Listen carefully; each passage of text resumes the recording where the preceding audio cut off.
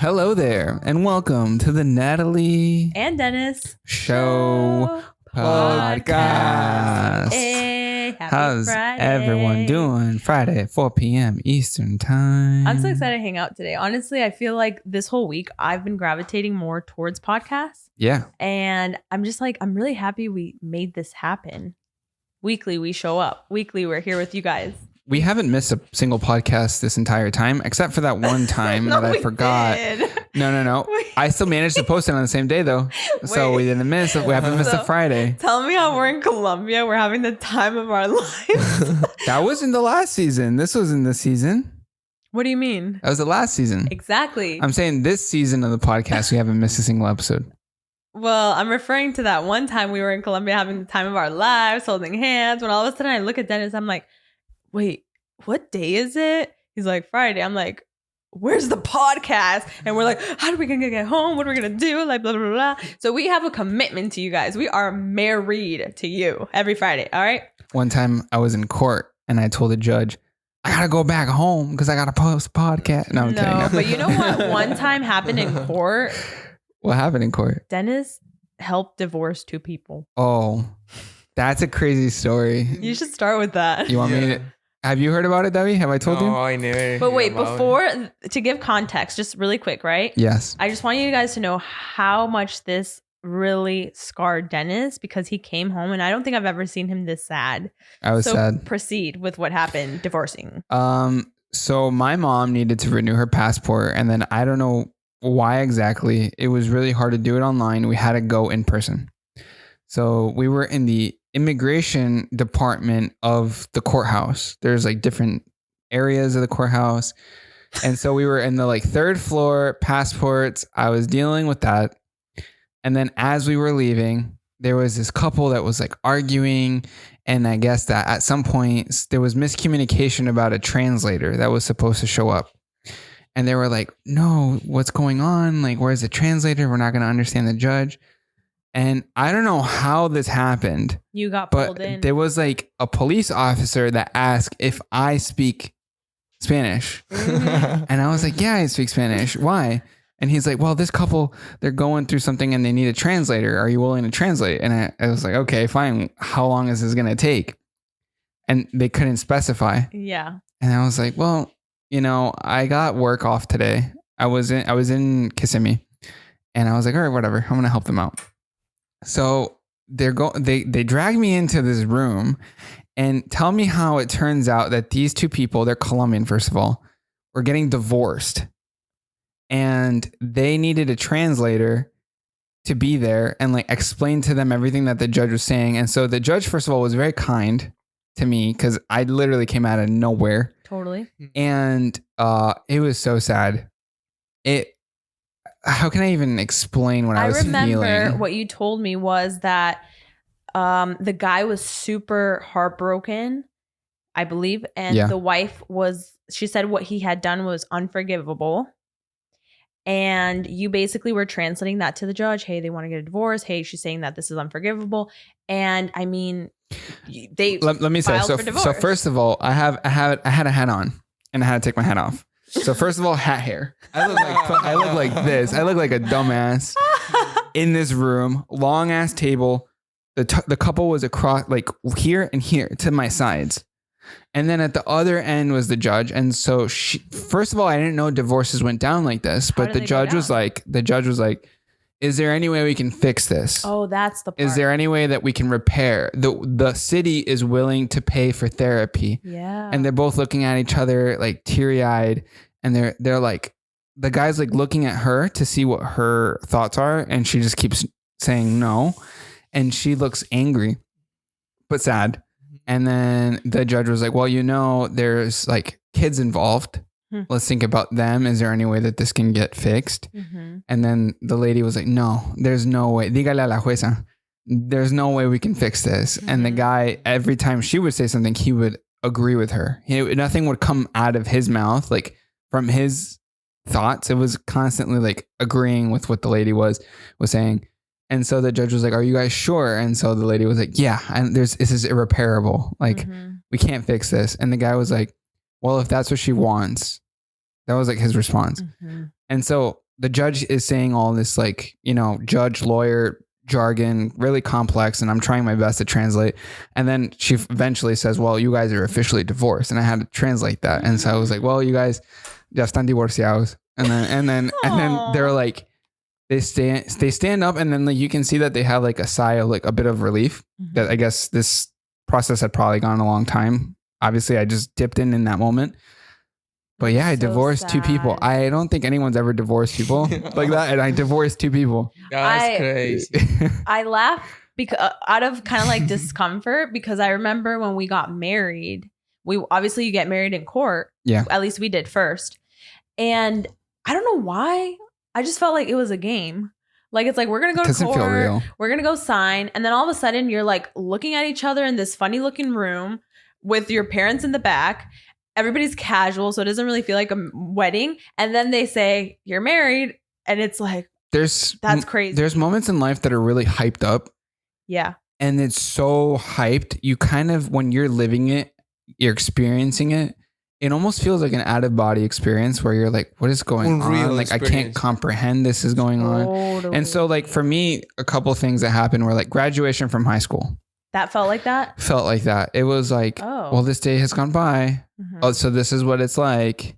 End. Like end scene. Almost like you're ending a movie and going into the next one. And then another one was getting married at the court. It felt like, I don't even know how to explain it. It was a weird feeling. It felt like a show. That's what I'm saying. It felt so odd because we really went in so casually. Yeah. But then when they say like, you're married, and we're like, first of all, you're in this setting that looks like a DMV. Yeah, kinda, that's the part. Like where there's like a lot of people, and then there's like windows to tellers and almost like a bank or something. And then you go up there, and then they're like, oh, you're the couple that's getting married. So they open some random door that's like a chapel, but you didn't know it was a chapel. It just looked like some office door. So you go in there, and then there's like ribbons and white bouquets. So and weird. Then you're like, this doesn't look like it belongs here. This is odd. So, and then the person that's in the front in the DMV place goes from like working the desk to like putting on like a weird suit and being a priest. Yeah. It's so weird. They get dressed up and they act as if it's like this official thing. Yeah. I just remember it was odd. We look back at those pictures, and all of us are like, your parents. So uncomfortable. We're all like, like, what? We're married? My dad, if you zoom into his face, he's like, worst day of his life. He's I think shocked. that was a moment for your dad. He's like, my little boy just grew up and got married. Like, when did it happen? I blinked, you know? Wow. Yeah. How many days before actual marriage was that? Was that like the day before or the day of? No. We got married like two weeks before. But we didn't move in together. What do you dad say when you get married, Dennis? Callao.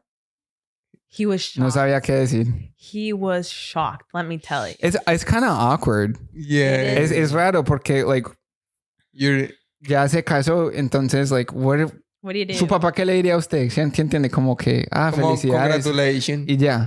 Como raro. It was very odd. Like what you say to your son. Yeah. Natalie. And you know, some people, what did my dad say to me? No, they actually said congratulations. And that was even more startling. I was like, wait, I thought I was going to get, I don't know. I think it's because it's not a whole like thing, like how our wedding day is. A ceremony. Yeah, but like we are legally married by that day. Even the wedding day was like a movie. Everything, there's times in life that you're like, oh, so this is it? Oh, so this was it because after you live it. And then you're like, interesting. I think that that's your perspective because you've always kind of catered a little bit more towards like a realistic, pessimistic type of outlook, I think. Like, but for me, it was very much like, I remember walking down the aisle and I remember it being the most beautiful. Seriously. I was like, like I remember the decorations and seeing everybody's faces and I felt so beautiful. And my dad was like leading me in and I was about to cry and it was beautiful. You cried when you was walking into the... No, I didn't. No, I cried. Dennis cried. I cried because my parents, both of them were taking me. That's so sad. And I was like, as I was walking, it was like some sappy ass song, like Pure Imagination or something with violins. And my mom's like super holding on tight. And my dad was like not looking at me. And I was like, oh, this is too much emotion. This is what's going on here. And you really feel it. Yeah, and then like the tears start coming out, and like I'm a sensitive dude, so you're not that sensitive. Though. I'm sensitive. I remember betting with my friend, like, is Dennis gonna cry? Oh, why you fucking bet on something like that? She was like, no. And I was like, yeah, I don't think so either. I got teary-eyed. You did. You were like, but it's a teary eye of like, this is the end of a version of myself. That's it. You're burying that part of you. I don't know about burying. Yeah, that time of your life of living with your parents and not having to worry about what you're going to cook every day is done. It's over. You know, I felt that so strongly when my sister left the house because she left before me. Yeah. And I was like, dude, when did this happen? Like the fact that I no longer have her across my room, it made me feel so nostalgic. And I knew nothing would ever be the same. There's that one TikTok song, "Where does the time go?" And it's always like really sad. There was one of like a bunch of brothers and sisters playing, and then all of a sudden there's just one, and it's like the youngest one, and everybody else had left. It's kind of like that. Yeah, growing up can be sometimes a little nostalgic for sure.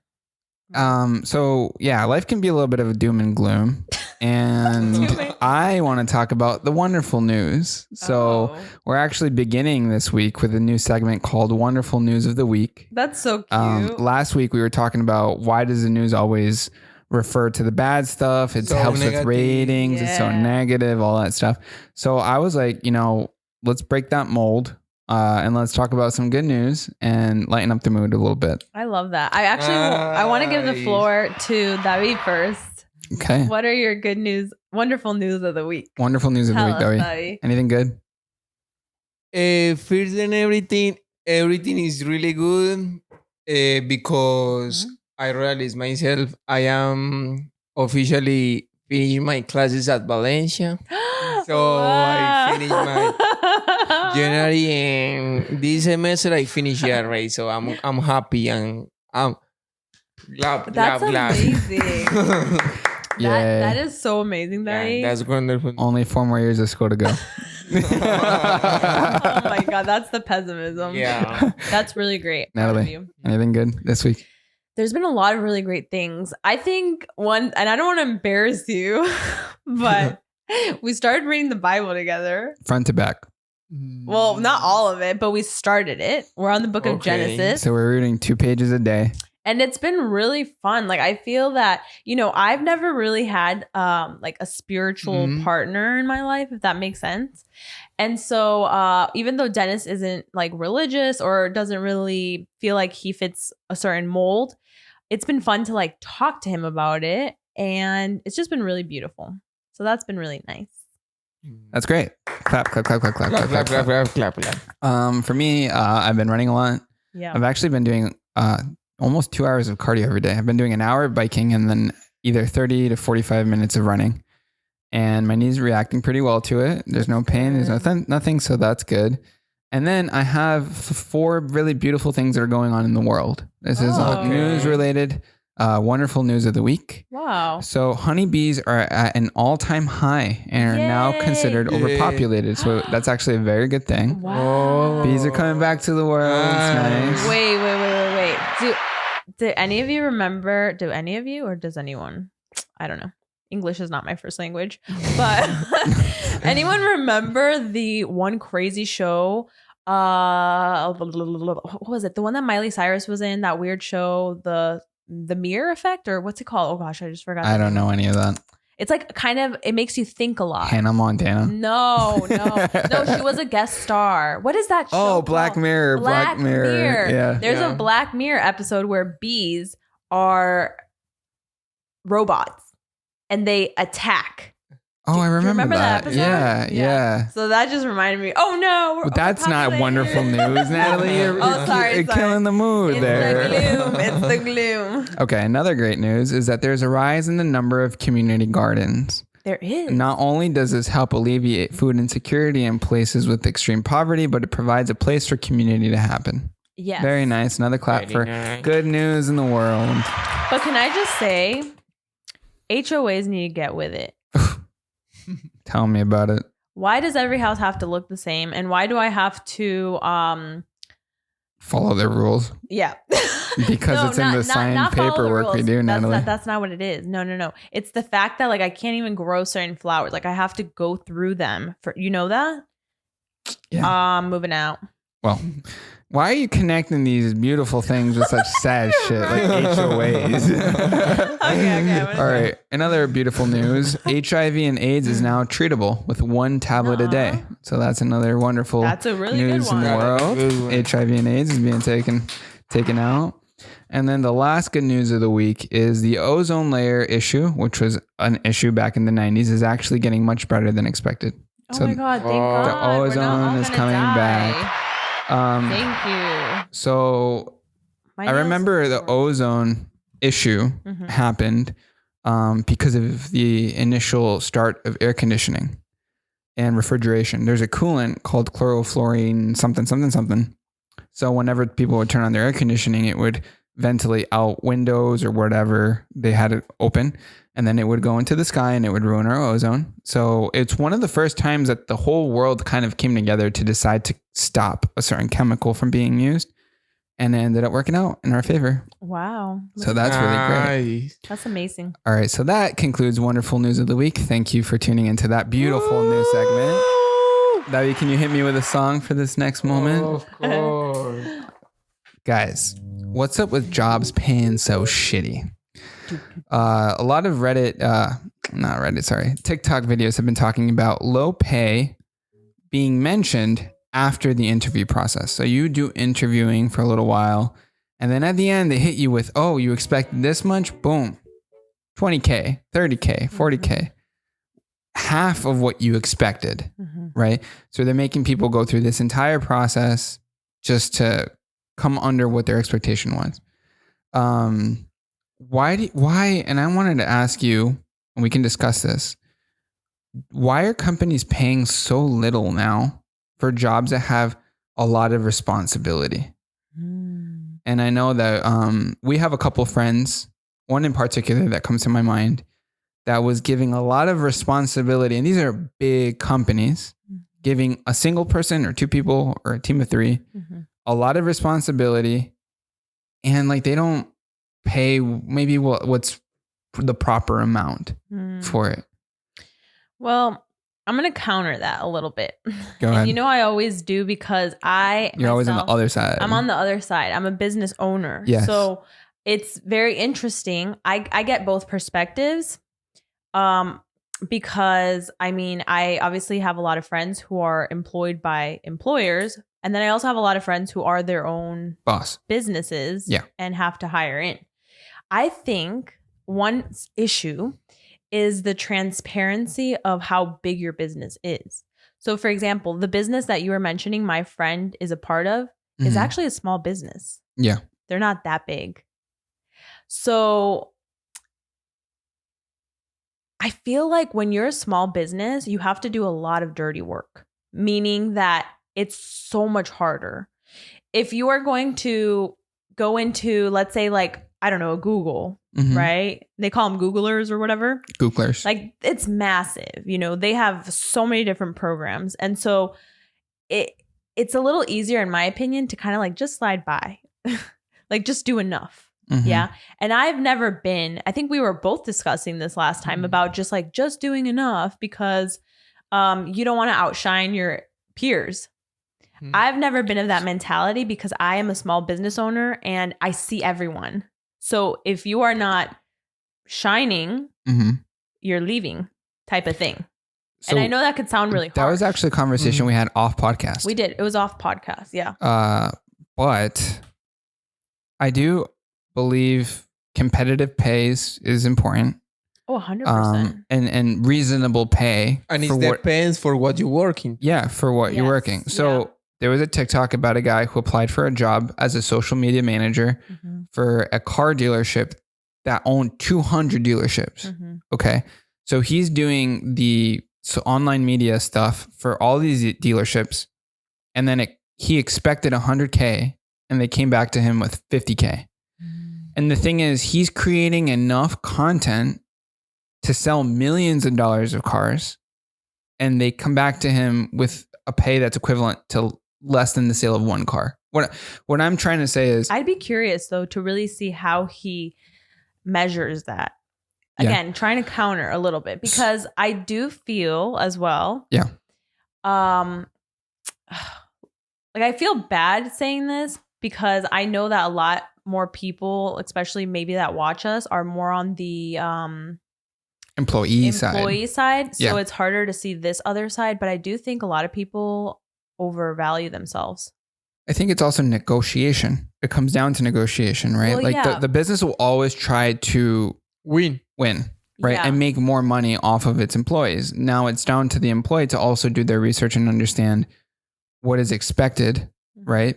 Pay, and then meet somewhere in the middle. I do believe that a job can't screw people over like 100%. That. Yeah. And I'm not trying to say that at all. Yeah. My, I guess, question is, why is there no transparency from the beginning?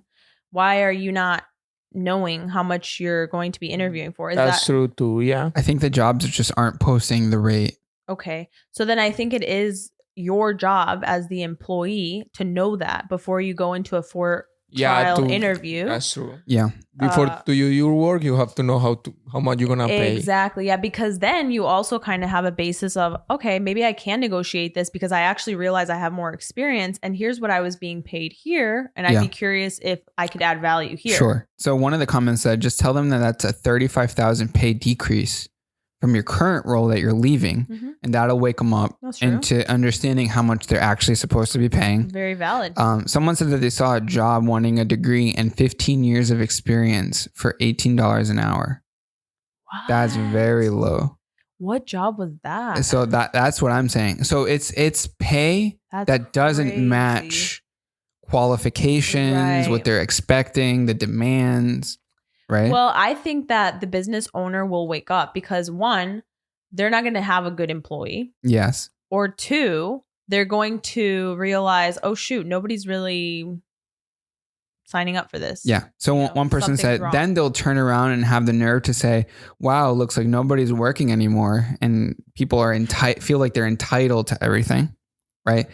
And then, just to make matters even worse, most companies are actually reaching record profits and executive pay every year, and they're expecting to pay less for employees.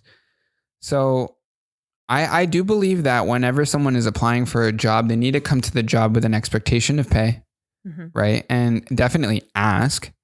And then if they're not meeting that pay in your mind, that's like a requirement for the amount of work that they have in mind for you. Yeah, it doesn't make sense. Then you can negotiate. And if the negotiation doesn't work, then just leave. Like, it's just not worth it. Most likely, here's how I feel about that. Most likely, if they've undercut you that much, they just they're not ethical. They don't have the resources. If they undercut you that much, it's not a company you want to work for, I think, because it's kind of an insult, to be honest. Like, yeah, it's that insulting. Much of a cut, what was it? I wanted to add to that, but I lost my train of thought with that one. I do believe that companies do take advantage of younger people. Oh, yeah. I think as you grow older, you get more experience, you know your values, you know what you're worth. And then it's easier to find jobs that you think are adequate for you. Yeah. Right. So another topic that we were actually going to discuss was people above 30. What is something that you regret doing or not doing when you were younger? Right. So for the number one that people were talking about was working at an awful dead end job for way too long. So I thought that these two topics actually link together really well. There's people who worked at a low paying job for way too long who regret it. And now it's people entering that job, that low paying job, that know that they're getting screwed. But honestly, there's nothing else to go to. So they're having to accept them. Did you read into why they were regretting that? Because I knew friends like that let's say they were like, oh, this is just my job right now for high school, right? A year goes by. Okay, cool. I mean, it's still high school. It's getting them through 2 years, 4 years. Now that they're in college, they're going to still stick around with the job. Eventually they drop out of college. They're still in the job. It's like that comfort of like getting that money. Job security. Yeah. And there's nothing wrong with that. I think the issue is once you start to look back and on your trajectory If you haven't like scaled up, then you're like, what the heck? I've been here for 10 years and I'm still earning the same thing. I don't know how I feel about that, because life is getting more expensive. Now I have more, more things to dabble into. Now I'm a parent. I don't know. Well, there's a saying that you're never really supposed to stay at the same job for more than 2 years, because at that point I don't know if I agree. You're being underpaid, unless the company has given you a raise or have given you more responsibility, have changed the role in some way, because then you can use those 2 years of experience of working in one place to go and apply at a better place. Right? See, I don't know. I feel like I mean, if you're a car salesman in one dealership, I'm going to use the dealership as the example because I used it in the other one. And then 3 years go by and you're making the same amount. You can go and apply at a competitor or anywhere else and say, hey, I've worked here 3 years. I have experience, hook me up with better pay, or like you also know how much you're getting paid, so you can negotiate more. Mm-hmm. I mean, it's just the standard trajectory of life. For me personally, like I feel that you can always get better at what you're doing. That's one thing. And I also feel that, like, for example, let's say in this position right now, right? Mm-hmm. Am I really going to get paid more for a sponsor than I have been in like the past 10 years? Or, is there more that I can add to my bucket now? Like now I'm on TikTok, now I'm on this, and we can package it together. But like, is it really realistic as well for me to now ask for 50% more of what I've always been? Because there's also a standard. I don't know how much the top creators right now are making. They might be doing sponsorship deals for way over 6 figures. We don't know. They say like the streamer paying better than de muchos cantantes. Yeah. Y los cantantes ganan demasiado. Yeah. We were talking about but I think it's because there's too many middlemen. There's the manager, there's the agent, there's the record labels and all that. Yeah, that's why. Whereas like the streamer, it's usually him, maybe I don't know, an editor. El cantante the singer needs to go and do concerts. Yeah. They have to, because they're not going to make enough money off of just selling their music. Yeah. And something really struck me the other day. I went to this Bible study thing, and the lady there does marketing and whatever, and she was like, "You don't own your audience, Like the platform does." Yeah. And I've always known that, but it just refreshed that in my head of like, if Instagram just wants to be like, bye, then what happened to all of that 700 and blah, blah, blah people, Mm-hmm. So she really made me think about that. And I do think also, though, it's important to be humble when it comes to getting a job. I think some people are a little bit too... nowadays a little bit too, I'm irreplaceable and blah blah blah, right? Oh no, everyone is replaceable.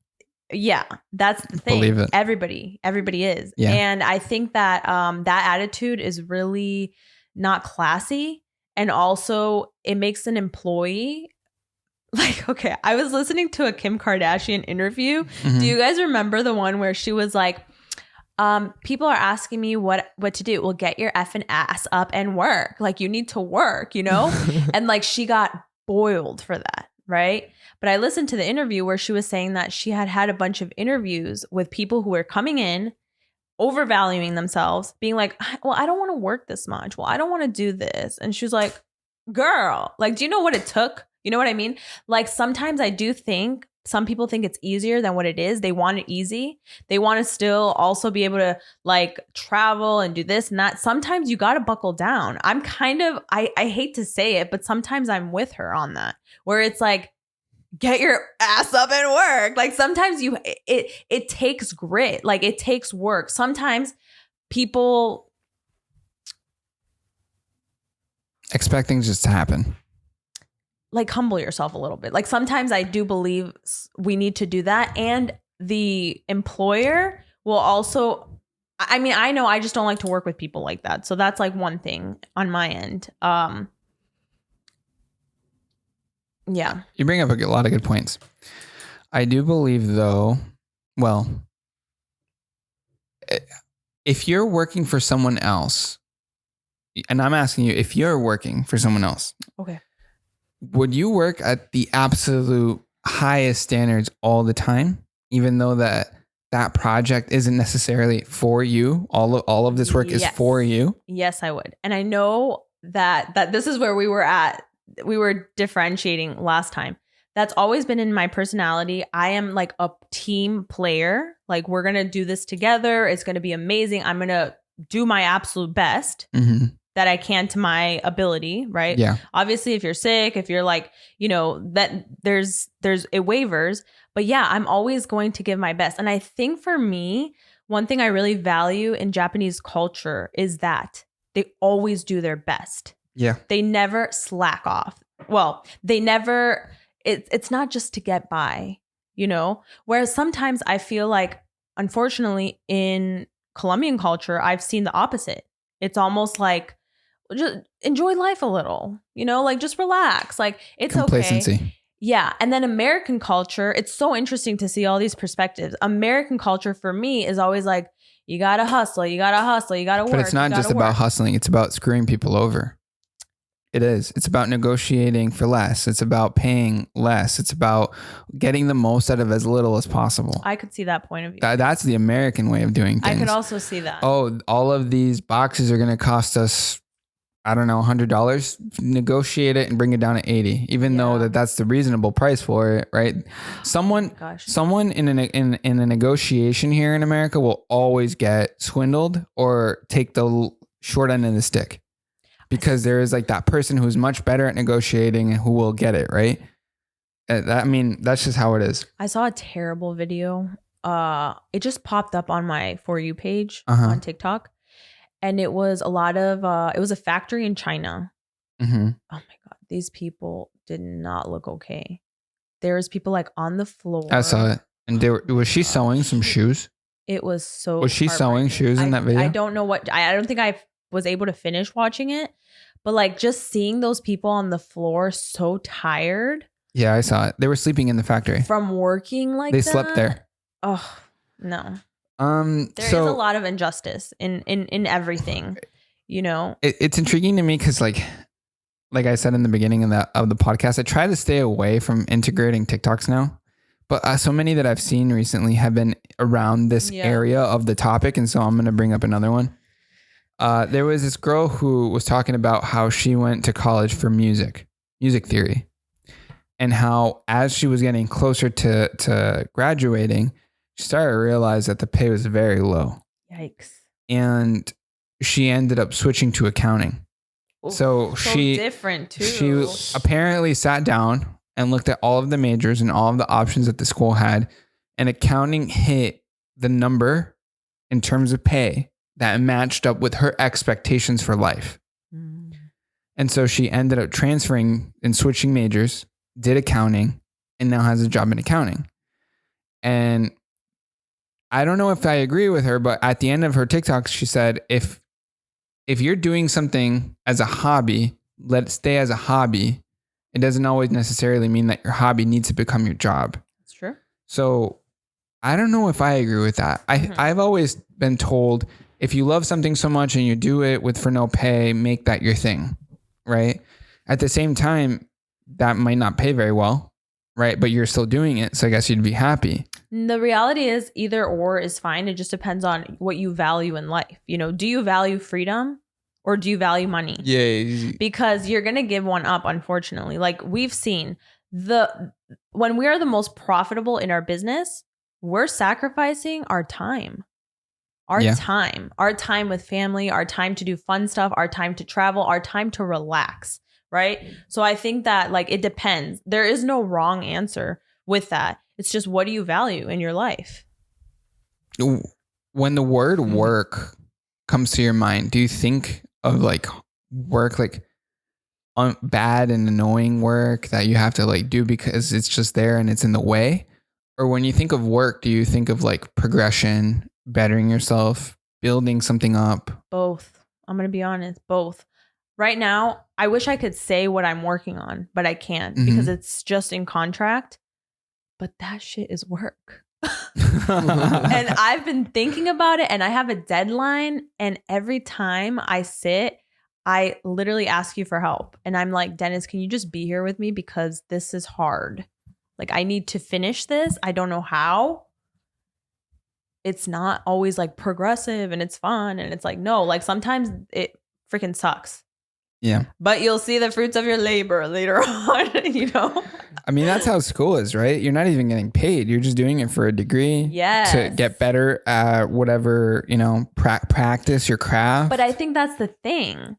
Even in a job, you won't always get the rewards right off the bat. If you are an excellent employee, you work hard every day, you show up. I know you don't agree with this. People will see that. No. Yes, you will. No. Yes, you will. Okay. Another TikTok. God damn, I'm referring to so many TikToks.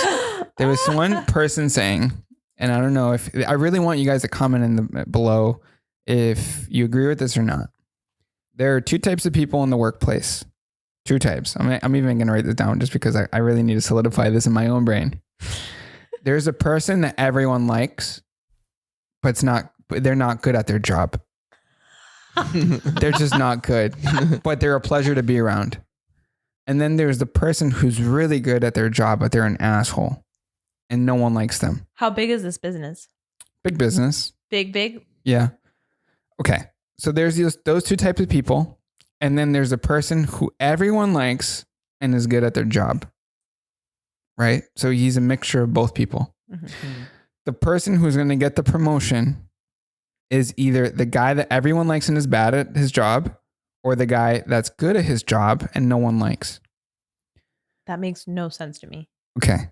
The person that will not get the promotion is the one that's good and everybody likes? Yes. Okay. That person will not get their job. I don't think it matters if you are somebody that people like. I don't think that matters. It does matter. Why does that matter? Because that doesn't truly...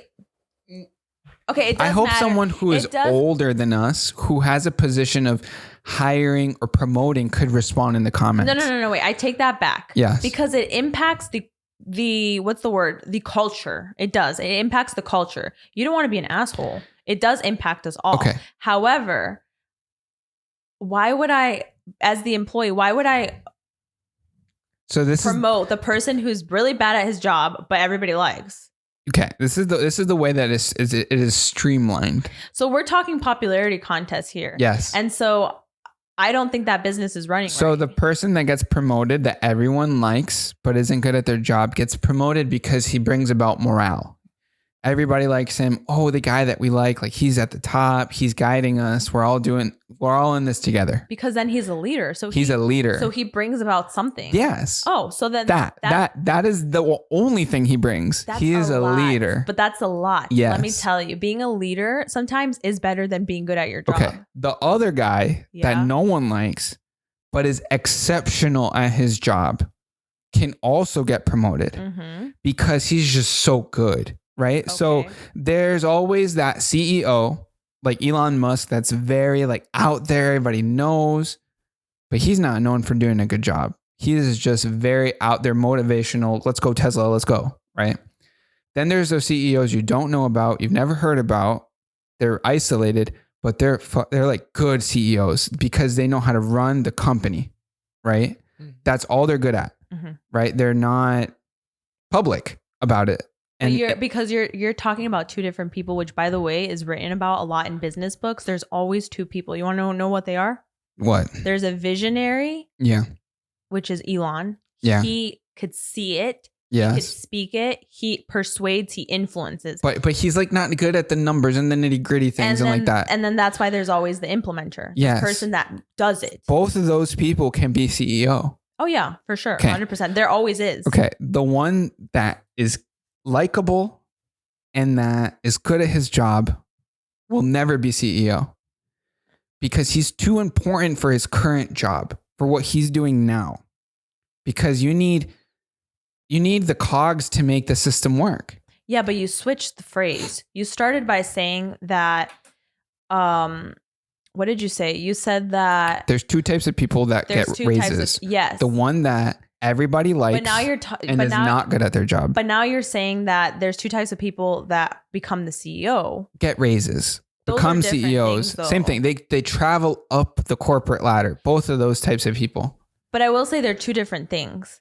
Okay. Because I am the CEO of my business, but I'm not good at it. I'm not a good CEO.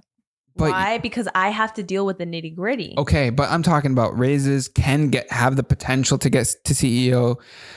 There's facets to what someone is good at. If someone is good at everything, they're not going to get a raise in the current way companies are made. I've never seen anybody be good at everything. So I think that's likable and good. Yes. That is it. That's what I'm saying. Yeah. So that person, okay, a CEO, the position of CEO is basically a person who's put at the top that basically investors look at and say, hey, he's so motivational. He's so good. We're running with the company. Or, wow, he's so intelligent. He knows what he's doing. We're going with the company.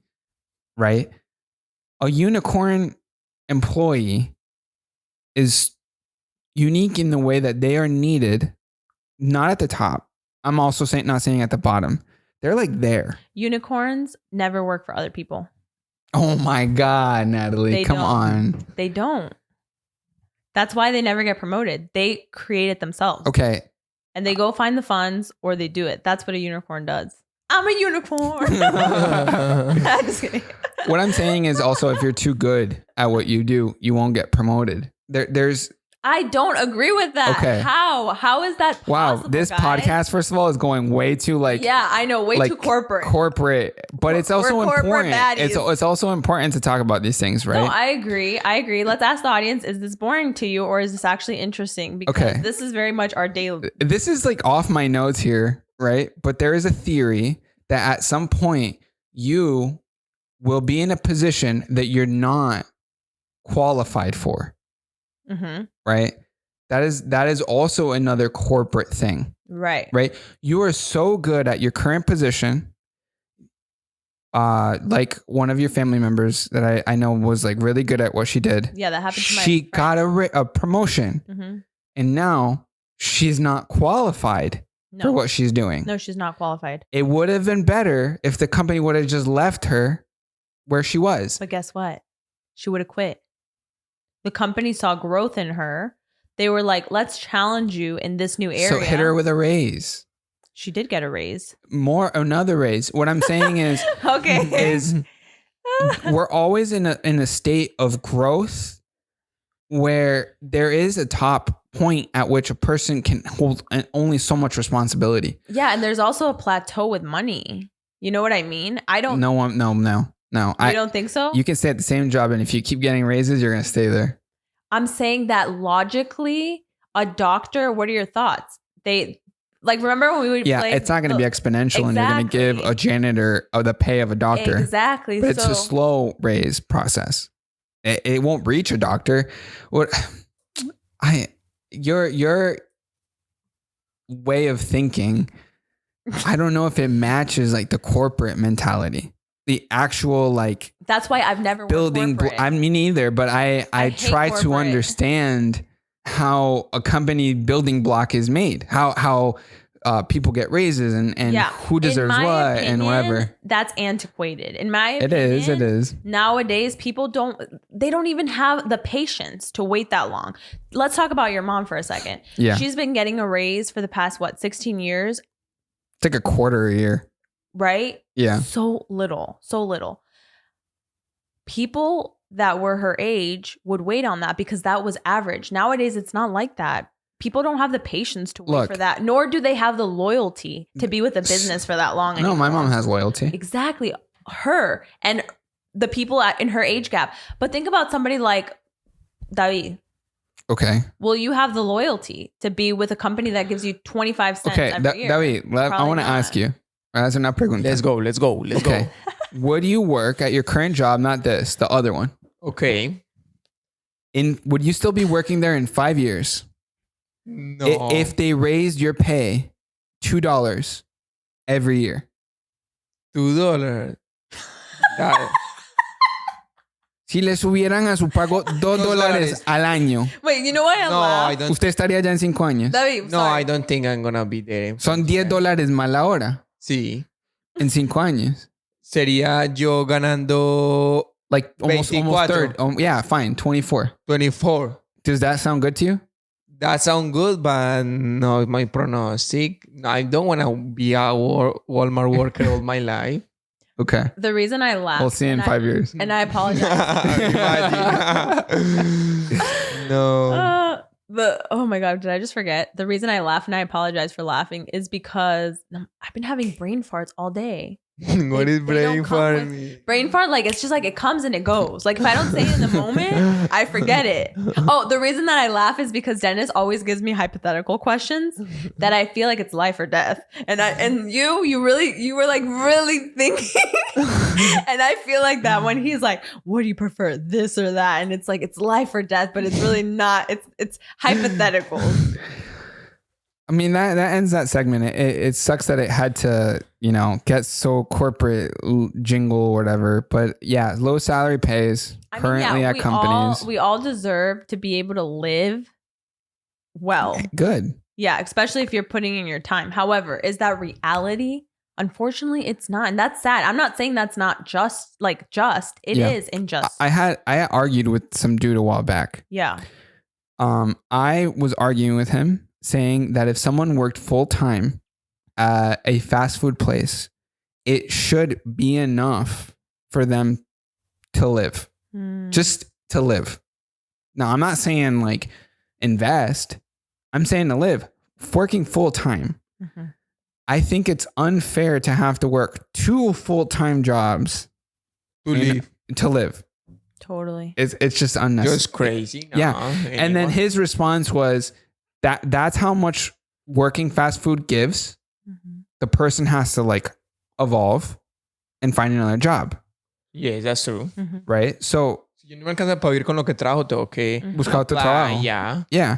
But apply and go. But if the fast food company expects no turn out, people leaving and coming in and entering and exiting the company, and they want people to work longer at the company, they have to pay a living wage. Well, that's obvious. Right? Which is fair. But then, just like you told me, do we expect a fast food worker to get paid what a doctor does at some point? Like, obviously not. Right. But I don't think that that's fair also to belittle a fast food worker, right? Like they deserve a living wage. I've heard and I knew of a fast food worker. My friend's mom started off as fast food worker, ended up being the manager. Yeah. She worked so well and so hard. She showed up every day. She outshined her peers. It reminds me of SpongeBob in the SpongeBob movie, how he really wanted to be the manager. But I'm telling you that you could see that. You could see it. Yeah. Yeah. And so you should never settle for mediocrity. When you go to the gym, you go to just lift a little bit. No, you go to lift a lot. Agreed. Let's agree. So anyways, I interjected in there for a moment. People above 30, what is something that you regret? Yeah. The number one was working at an awful dead-end job, but there are, a couple more that I want to talk about. That's crazy that we got stuck on that one. That was quite a while. Dude, we're so passionate about that. So people above 30, what is something you regret doing or not doing when you were younger? Standing up for myself. Oh, how many times do you guys think about someone who said something so mean to you and you just go back and you replay it and you're like, I would have said this. I would have done this. Me. Yeah. You want to share what happened, how you responded, and what you would have said? Like sometimes when I'm talking with my boss at Walmart. You better be careful.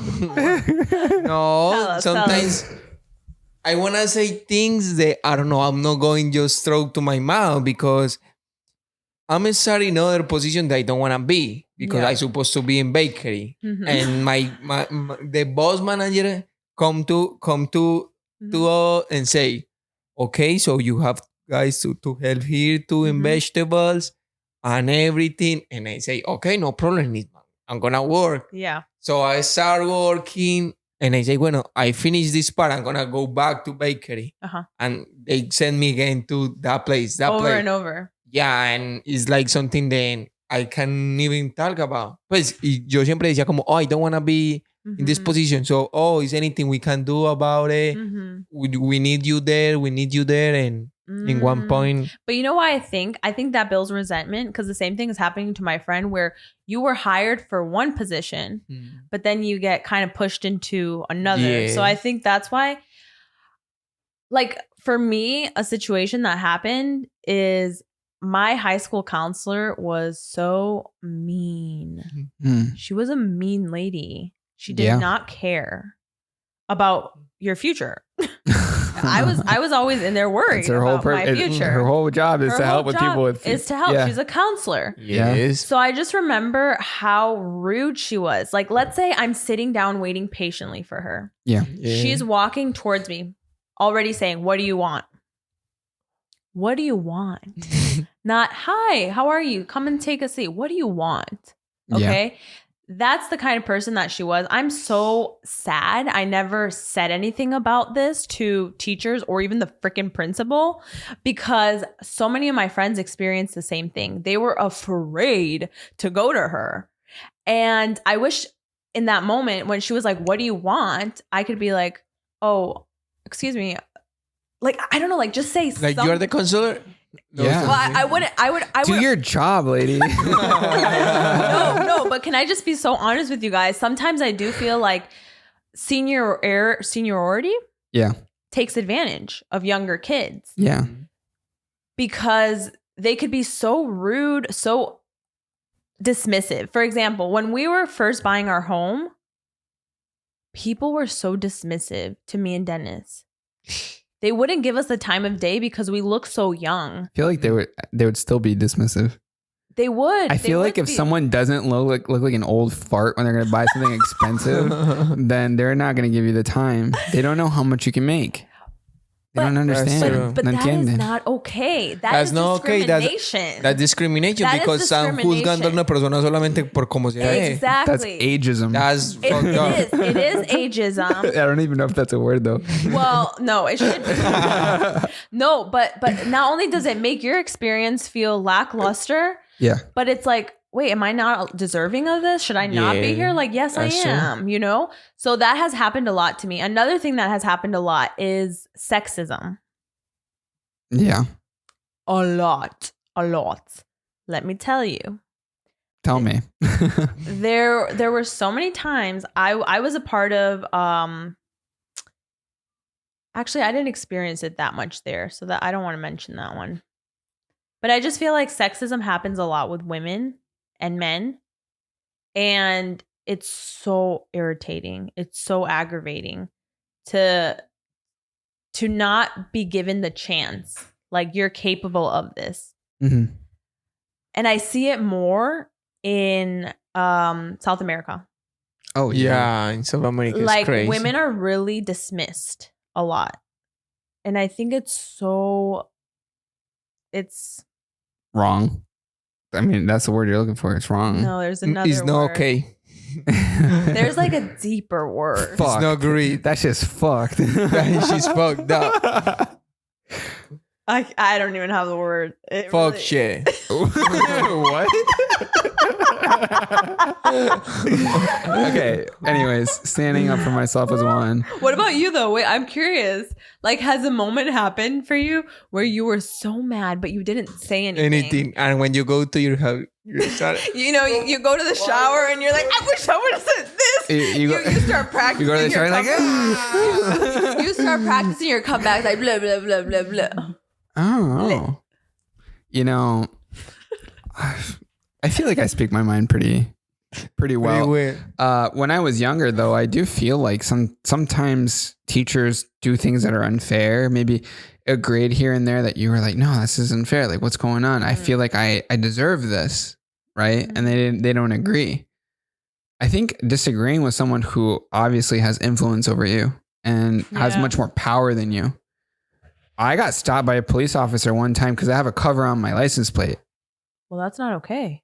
It's totally normal. A lot of people have covers on their license plates. Dude just like profiled me and said, hey, you can't have a cover on your plate. I'm pretty sure that's illegal. We have a very nice clear cover on our license plate. Yes, clear cover. Clear is okay. To protect it so it doesn't get dirty. Oh, no, clear is fine. So they just pull people over for no reason. And so they decide to like mess with your day. And I don't know if they're looking for other stuff when they pull you over, use it as an excuse. But anyways. Yeah, don't be that person.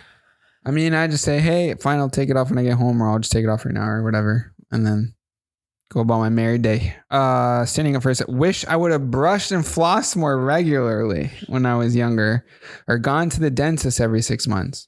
Tell me that. Second. No. Oh, hell no. No la conectó a la luz. So it seems like Natalie's camera is turned off. But guess what? You can still talk. So can we turn it on? He's about to turn it on. Oh, okay. That's great. Nice. No prende. Bummer. Nobody can see me now. Can we talk about the brushing and the flossing, lady? Well, I started flossing just last year, and it's quite sad because it's not that hard to make it a part of your routine. But unfortunately, I did not floss. I think... And now I feel so clean when I floss. David, do you floss? What is floss? What is floss? Oh, yes, of course. Nice. Limpiarse los dientes. Es más importante que lavarse los dientes. ¿Usted utiliza la seda dental? Yeah. Yo compro unos palitos. Ew. Mi mamá. That's gross. Wait, how? Do it to the camera. That's nasty. No, that's good. That's good. Yeah, I wish I had flossed too as well. Like, something I wish I had done too. Okay. Is established a better morning and night routine for myself. How are you? You're the queen of morning routines and but night I was routines. never like that. But I was never like that. I would stay up super late. I would wake up late. My room was a mess. My mom would always come in saying, ¿Quién se va a casar con una mujer como usted? Who's gonna come in and marry a woman like you? I was a slob. I think YouTube was the best thing to ever happen to you because it made you clean your room. What do you mean? Like, your room was your set. You had to clean it more. Although your closet was fucked, though. Yeah, I remember that. I stuffed that into the closet. Yeah. What I'm saying is I created life systems for myself, and that is what I wish I had learned and done earlier in life. Nice. Also worked out. I do got to say that the flossing, for those of you that don't floss, please floss. And it's never too late to start flossing. I have times where I floss for a month or two and then I stop for like 2 or 3 and then I get back onto it. It's just, I kiss that? Yes. No. I deep clean when it comes to brushing though. I brush hardcore, right? You have to start again. That's not to the point where my dentist was last time asking if I had white in my teeth. Like, why are your teeth so clean? And I had just bought in this, first of all, electric toothbrushes. Way to go. First of all, yours got broken. You haven't even replaced it. I don't believe in that. What? Wait, what? You don't believe in electric toothbrushes? You know what I was feeling? I was talking to my cousin the other day, and she was like, my electric toothbrush broke. Yes. And I was like, mine's been broken for a while. What kind of a savage physically brushes her teeth? Hold on. And then I was like, I've just been using a normal one. And she's like, this doesn't even work. Like, it just vibrates. It doesn't swirl. Yes. It's overpriced. That is a gimmick. The ones that we use, the really nice high-end ones, they spin and swirl and go around. Spin. Take a good look. It doesn't spin. You're Natalie. It vibrates. Natalie. The shitty ones. The Oribe one? The shitty $15 electric toothbrushes. Bullshit. Yeah, that one, no. Bullshit. They just... but the other one is it. And so we were talking about how all the gunk gets stuck in there. Yes.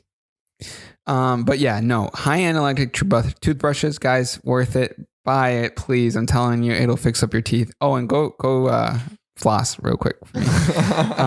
Staying in shape when you're young. Yeah, that's a big one. Once it carries into your adult life, man. You know, I feel very lucky. My parents always gave me a gym membership. Okay? Mm-hmm. Would I use it? Not really. But then I started going to Zumba classes. Then I started going to yoga. I was introduced into that at a very young age to where I have to say a lot of my joints and flexibility, thank goodness, are because of that. Because I know a lot of 30-year-olds who are not where I'm at right now. Meaning they are just stiff. Lack of movement. I gotta say that I've seen a lot of people my age who look hella old. I'll go on Facebook. I'm like, yo, that guy was in my class. He looks like he's about to hit retirement home. He is old, bald looking fuckers. Like, I'm telling you, like, they look bad. Right? That's the guys that smoked. That's the people that did drugs. That's the kind of people that didn't work out.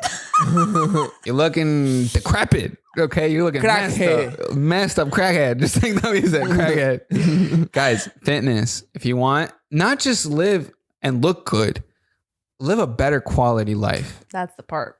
The point is, when you're old, if you fall, you don't break your hip, you just get up. You just get up because you're fit. You're strong, right? Yeah. You don't need someone wiping your ass when you're 70. You're still wiping your own ass. Isn't that great? Wouldn't that be awesome? You're talking about this like you're 80. Yeah, because I'm 80 years old. No, but I totally agree with you on that one. The episode is getting a little long, but I don't mind it. I don't mind it. Do you mind it? No. Debbie, you mind it? I don't mind it. Okay. Let's go into the next topic because I'm actually really enthusiastic about this next one. We talked about the other one. Passion, girl, passion. What is something that you'll never buy cheap? Ooh. This is something that a lot of people have, very strong opinions about. We just talked about toothbrushes. I think you shouldn't buy a cheap toothbrush. I think a cheap toothbrush leads to messed up teeth. I don't know if you agree or not. No. Is there anything out there that you believe is important to buy high quality of? Oh, this is a very interesting question. I think a lot about it because I think that so many. I think ese pescado que tiene veneno. I think you have to a puffer fish. Like some fish have poison. Okay. And people eat it. Okay. So I think you have to go to a quality a quality restaurant that sells poisonous puffer fish. Yes. Got it. Bro, you see? I'll be sure to not cheap out on my raw fish anymore. Are you sure that's your answer? Bro, you're singing everything. Just ideas come to my mind and just say the first one. David, have you ever had sushi? Yes. Have you had sushi from a gas station? No, I never have a sushi from a gas station. Do not buy sushi from gas stations. Trust me. You'll get some badass diarrhea. Why do I feel like we need a compilation of all the times that Tommy has made me laugh, cry? It's too much. Most comments were actually about investing in a really good bed. That it'll actually increase the quality of your life, obviously. Mm-hmm. And we all spend like half of our life in bed. So obviously a good investment. Also a good pillow. Very good pillow. Proper pillow. I'm thinking a lot about this because I want to say it's anything that I ingest. Like, for example, but this is a terrible example. I might be on the puffer fish. You guys gave me some examples that I was not expecting. Like, for example, I was thinking about like plastic surgery. Right? What the fuck? Of course you shouldn't cheap out on that. Botox? Just anything that you were going to alter in your body. Just anything like that. Pay the price. Did you ever hear about that Brazilian lady that got like oil implanted into her ass? Yes, I did. Yes. In like a garage somewhere in like a favela. And it's real oil. Yeah, it was real cooking oil. Really horrible. And then like she passed away. She cheaped out. Yeah. Don't try to find deals where deals are normally not found. Like I almost want to say a car as well, but I also feel like that's just such a high expense. It depends. David, you're the worst person to talk about this because your car has left you in bad situations. But listen, guys, if you're going to a other part and it's like not have a lot of money, it's because you can invest because it's your car. But if you don't gonna like killing. No sé cómo explicar eso en inglés. No, I laugh. Why are you... Dígalo en español. The way you look at him scares me. Like, even I would be like, what the hell? Dígalo en español. Ok. Bueno, entonces para mí un carro solamente es ir de un punto A a un punto B. No importa el tipo de carro. Solamente necesito llegar al destino. Yeah. It's true. Ok. Necesito un carro, no the best one... Pero algo que me lleve. Get there. Yeah. Yes. So I don't think you have to throw for the best one. Guys. What? No. I'm so disappointed. No, wait. Okay. Yes, a car needs to take you A and B bare minimum, right? Yeah. But it needs to be reliable. Yeah. Right? So... Here's why I hesitate with this question. Yes. Because there's been so many clothing items that I see that are clothing is never worth it. Right. Other than work shoes. Right. So there's always a blink for stuff. Yes. And then people will like upcharge you like 120 for this hoodie. And Yeah. you can get the same hoodie and you can put the same design. And it's like, that's right? different because it's like branding. But I do believe a lot of things are branding. Yeah. A lot is branding. So my question is then what is really worth its price? I was dabbling and thinking about that. What do you really think? Want me to shout out the list? No, I want you to tell me what you think. Okay. First. A good car that's reliable. David was right in the A to B, right? But I'm not going to buy a $2,000 car that'll take me to A to B once in a while. Okay. Like I need to go to A to B every time. Yeah. A to B. Yeah, I'm not going to like. That's what he means. Yeah. Okay. So Toyota Corolla, Honda Civic, like a good car that in 10 years is still going. No problem. No problem. Right. A really good bed, I agree, is very important, and a good pair of shoes, I think, are like bare minimum. That is the one. One that I wasn't expecting was tattoos. You should not cheap out on tattoos. That's true. I've seen some pretty bad ones. Like infections. Yes. Like, what is up with people buying their own tattoo kit and doing their own tattoo? What? Yes, people do that. I don't believe that. Yeah, just to not pay. I do not believe that one. And the infection is because the tattoo doesn't change la aguja, no la cambian. Entonces, ahí es when the infection ¿Usted ha ido a una fiesta de bien en la que están haciendo tatuajes? No. Oh, yeah. Aerosol tattoos. Who? Con aerosol. Oh, no.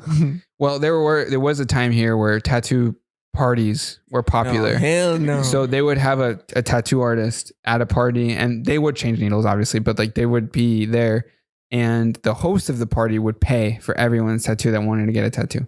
Damn. Yeah. But small tattoos, they also had to be reasonable that they can do quickly within the time of the party. I don't like that type of stuff. I think it's kind of weird. I mean, when parties have like free Botox, free. What type of party is that? Dude, that happens. I'm telling you. I know it's like bougie parties. I've never been to one like that, but like. I mean, there was a time where you had a magician. I had a magician? No, like in general, magicians used to be at parties. Yeah, I think that's weird. Clowns to be at parties. Now it's weird. Like the local tattoo guy. The local Botox lady. I don't know. Yeah, the psychic, the tarot card reader. Like, it's just too, I don't know. All right, another one that you're not really supposed to cheap out on is a lawyer. If you get a cheap lawyer, you're going through a divorce, you're going through a situation, quality of your lawyer can lots of times dictate the outcome of the situation. Yes, yeah, so now we'll go. Oh, no, we'll go. Good lawyer. You don't believe that? You would be the type to represent yourself in court. I am the lawyer. You are the lawyer? David, you're not getting anywhere with that. I'm not going to be a lawyer. Straight to jail. Va a ser una firma abogado. You don't agree with that. I can see it in your face. You want to talk to me about that? No, I just think that some people take advantage. Yes. You're telling me that a cheap lawyer can be a good lawyer? I'm not so sure.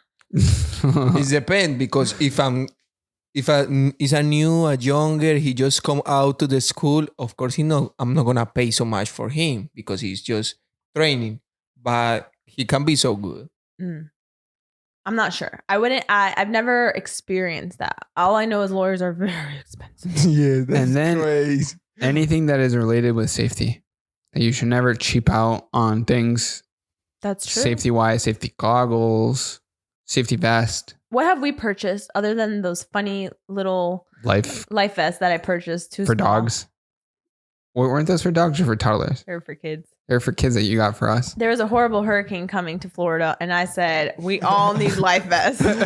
So I purchased one for my mom, for my dad, for Dennis, for me, for his parents, for Jupiter. Paranoia. And the only one that fit was Jupiter's. When they all came in, they were They were ages 5 and under for everyone. We were like, maybe we could use this one like this. What made you think that Florida would flood? I've always heard it would. I think that was maybe my first hurricane. I know, naive, blah, blah, blah. But I'd rather be safe than sorry. Listen, if I'm chilling with my little life vest, At least I'm safe versus floating around.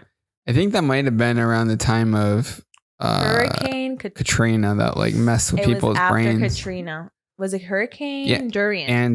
Durian. That's a fruit. I'm pretty sure that was the hurricane. I have a vlog on it. Durian. Hold on. I want to see this. I'm sure it was an Andrew or something like that. No. Okay, whatever. No, I want to know this. All right. Hit me with a song real quick. We're about to hit Dennis's fun facts of the week. Claro que sí. Get ready, man. No, don't. You got that vlog ready or no? I'll move on without you. Matthew. These are some really fun facts. Matthew. Go for it. Hurricane Matthew. Cool. In a suicide note, a mass shooter requested that his body be autopsied because he felt that something was wrong with him. Wait, why is the music still going? The autopsy discovered that he had a pea-sized tumor in his head that was pressing against his amygdala, a structure in the brain that regulates fear and aggression. So he felt like something was wrong with him. And he said, check me out when I die. I think that something's wrong. And there is something wrong, right? There was a tumor in your head, in the person's head. So lots of times when we have these people who do bad things, who do stuff that's like out of the blue, everyone's like, oh, there had to have been a mental issue or something going on with them. You know, sometimes there is something wrong and we don't know it, right? There could be something in the brain, a connection or something that's going wrong. Obviously, this guy had a tumor in his amygdala and it caused him to do some not so good things, you know? Before I didn't believe Natalie when in terms of like periods and hormones, I'm not in a good mood and all these things, but there's like some weird stuff that happens in our bodies. It's true. And I'm not saying that it's going to make this guy, you know, squeaky clean and that it was all due to the tumor or whatever. But I do feel like a lot of the processes that go on in our bodies lead to us making certain decisions sometimes that we maybe regret occasionally, right? Two things that come to mind do you remember in the 70s there was a ton of murderers all of a sudden, and when they looked into what was wrong with these people, it was lead poisoning, and it was due to, I believe, the gas emissions from, I want to say trains, I don't know, but something basically that led to them being crazy, violent, you know. So along those lines, there's, you know, the occasional TikTok of that Karen lady. It's a Karen. It's an older woman who sometimes has this awkward stare. It's like a bit of like she's staring a little too long at me. You know, they have like a weird look. Older people kind of don't focus very well. I would advise you at your Bible study group today to take a look at all the older ladies. What the hell? And just be like, are they kind of off? Like in their head. I'm not gonna do that at a Bible study. I'm gonna look like the weirdo looking at them. So just listen to me. Okay. They say that it's because of lead paint. Lead paint. So lead was used in paint. Yeah. Little kids eat lead chips, or the lead in the paint can get in the air and you breathe it in too much. They call it the lead stare. And so whenever an older person kind of has that like out of focus look sometimes. No, I know what you're they're just like not there a little bit. They say it's because of lead. Wow, that's crazy. Just a thing. Right. My other fun fact of the week. These facts are not fun, honey. You need in 1964, 17-year-old Randy Gardner set the world record for sleep deprivation by staying awake for 11 days. In 25 minutes, providing valuable insights into the effects of extreme sleep loss and the human mind. Why did he do this? I don't think it was voluntary. I think he actually had like sleep issues. Okay. Damn, that's horrible. Sleep is such an underrated thing. Sleep is so mysterious. It makes you feel crazy. To this day, I think that there isn't like a known reason why we sleep. Obviously, our system kind of resets and you get refreshed and your muscles, you know, when you work out, they get better. But there really is a lot of like mystery behind sleep. There is. And like dreams. How do we enter sleep? How does like your brain know and how deep people sleep and dreaming and all that stuff, REM. The crazy ones are the ones where you dream and then you experience what has happened. Mm-hmm. That's pretty crazy. I get a lot of those. Well, in this case, it's deprivation. Mm-hmm. I wanted to ask each of you, what's the longest you've ever gone without sleeping? Do you know, Natalie? Can you remember? Yeah, I remember it was that time I had a Cuban coffee. Okay. I think I was up for 36 hours. How did you feel? Horrible. You want to give me a little bit of insight into that, or is this horrible, the definition of it? It just feels like clouds. Like you're slow, you're irritated, you are impatient. It's like, when am I going to sleep? Like, what's going on? You know? And you don't feel right in the mind. Sleep can do a lot emotionally. Debbie, what's the longest you've gone without sleeping? Maybe it was 40. Maybe it was 2 days. I think was the 31 de diciembre. Mm-hmm. Después de la rumba. De la rumba, I go to other rumba. I was with my family. The rumba after the rumba. Yeah. That's what's up. And we stay there like hasta la noche del segundo día de enero. Wow. Yeah, we go. So wait, that was 3 days, maybe? No, it was 2 days. 2 days. 2 days. Yeah. And how did you feel? No feel anything when I go to how I'm saying. I'm just so tired and I sleep. Me levanté. Yo dormí como. It's always the sleep. That sleep after the not sleeping that takes. You sleep for a long time, like 12 hours, 13 hours. We went to Epcot over the weekend and we were kind of like tired, but we were chilling, walking. I think we walked you walked how many steps? I think it was like 15,000 steps. 15,000 steps. Crazy. I walked 13. But then the next day, it was over. We were not productive at work. We were so tired. And it bled into the following day. Tell me how that same day, though, the next day, I did an hour of Peloton in my 35-minute run. And then I've still been running every day since. Yeah. And my feet are dragging. My feet are just tired right now. And I have another hour Peloton ride today. Maybe you need a break. Yeah, maybe you need. No. I don't think that's. But sometimes a break is good. No, you need it. Bad influence right there. No. Pero en serio que para recuperar los músculos. No. It's okay. Sí. I don't know why he does I saw a video. No, because I saw a video in TikTok. Some guy say, no te sientas mal si no fuiste al gym. Que es bueno para recuperar. It's true. The longest time that I went without sleep was. About 36 hours. I feel like most people don't make it past 30 something. I remember when you were struggling. It was when we got back from Hawaii. Ooh. That was hard. That was really bad. Well, what is that? Where? When we got back from Hawaii, the hour change is like, 8 hours, I want to say, or something. It's like a big difference, yeah. It's a big difference. And you feel that. You feel it. I had a sleepover. Mm-hmm. And we had a challenge to see who can make it the longest without sleeping. Waited till the sun came up. Everybody fell asleep. I couldn't sleep. I think I defeated my desire to sleep, my need to. And that's so happened. I'm like a zombie the rest of the day.